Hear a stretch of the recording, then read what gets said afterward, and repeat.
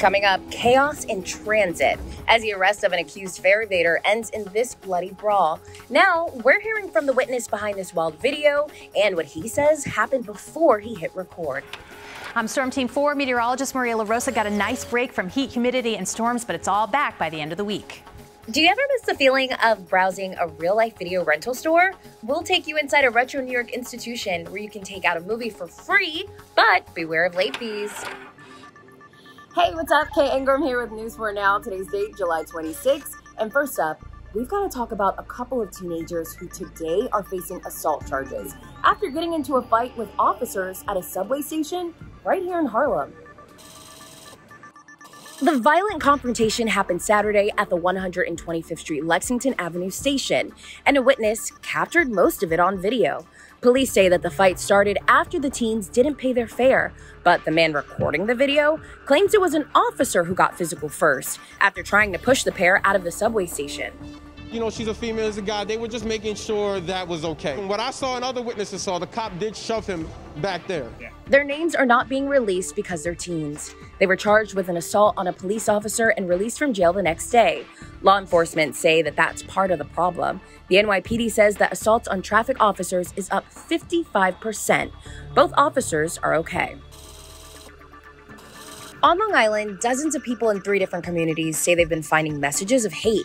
This here is video of the white car that Nassau County Police says has been leaving anti-Semitic flyers outside of homes. Since last week, more than 30 Nassau residents in Oceanside, Long Beach, and Rockville Center have reported receiving them. Authorities believe that a lone group is behind the flyers. It's an organization the Anti-Defamation League describes as a loose network of anti-Semites. It was sent to harass and annoy, put fear into these people. That's exactly what it did by the amount of phone calls that we received. We're all disgusted because we feel like it's not necessary and it's hate and it's just bringing out more hate. We're supposed to be better than this, and we're not. Criminal charges could be filed against whoever's delivering the flyers. However, a lawyer for the group says that the flyers represent free speech. All right, now on to a story you might be familiar with, the Central Park 5. Sound familiar?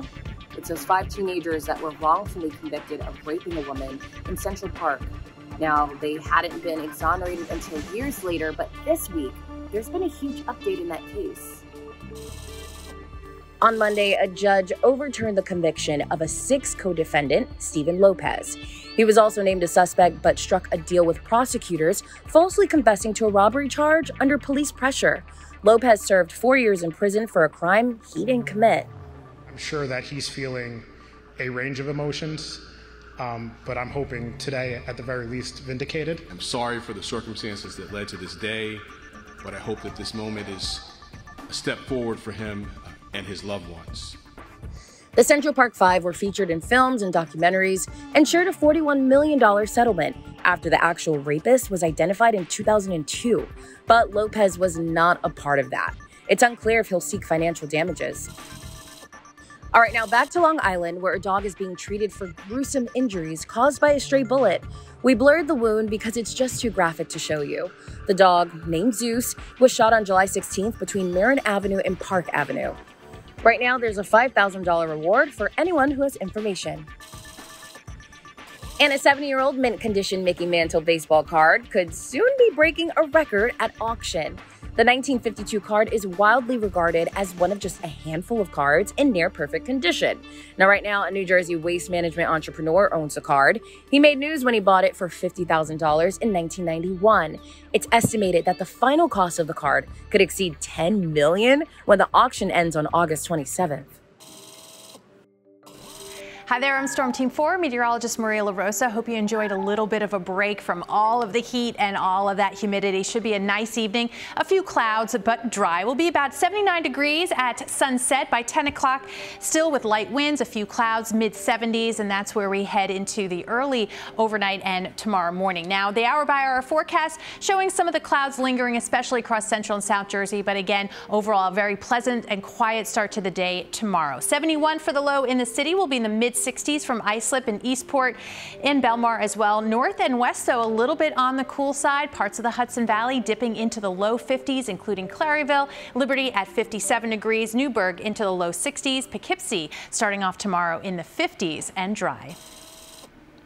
All right, it's not Thursday, but we're definitely taking it back with this one because a retro New York staple is bringing back the concept of renting movies and trying to make sure you avoid those late fees. New York Live checked it out. In 1986, a New York icon was born, Kim's Music and Video. But after suddenly closing its doors in 2009, its quirky collection went from the East Village to a Sicilian warehouse, and now it is back here in New York City at the Alamo Drafthouse on Liberty Street.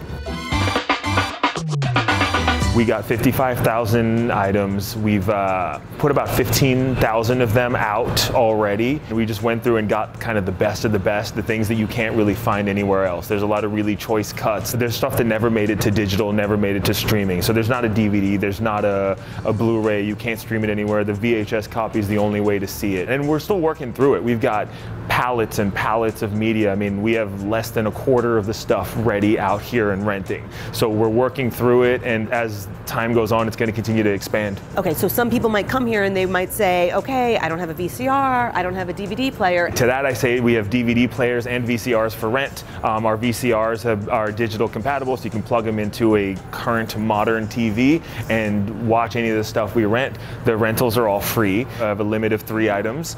Pick out whatever you want, take it home for free, and then there's late fees at $2 a day if you bring it back late.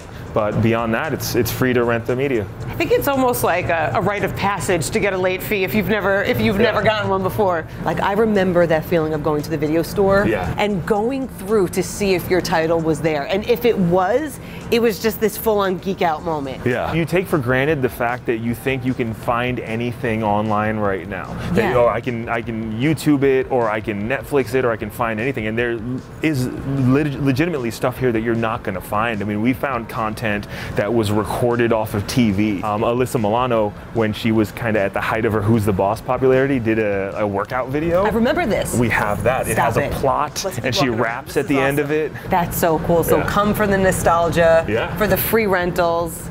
But like, everybody needs to experience a late fee once in their life. That's all I'm going to say. $2 a day. That's it. Thank you. No, thank you. This rocks.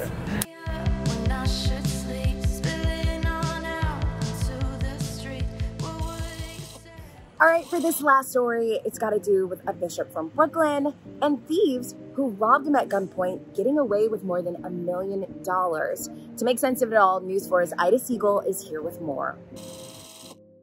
He's a flashy Brooklyn bishop known for dressing in designer clothes and sporting expensive jewelry.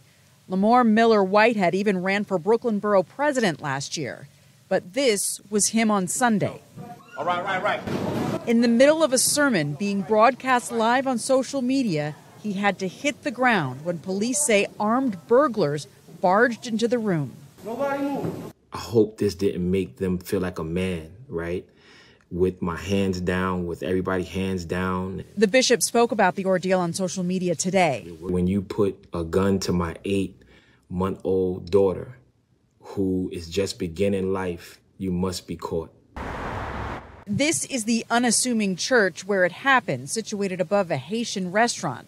Despite the humble appearance of this place of worship, police say the masked burglars were able to take a big haul, more than $1 million worth of jewelry, leading some to question how the bishop affords such a lavish lifestyle.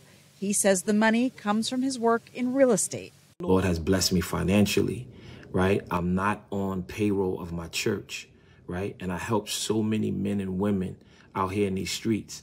So why can't I buy what I want to buy? Why can't I wear what I want to wear? Police gave us a list of items taken, which included 2 wedding rings, a Rolex watch, gold chains, a diamond and emerald cross, an Episcopal diamond ring, and Episcopal gold cross. No one was hurt during the ordeal. The bishop says he's offering a reward for information that leads to an arrest.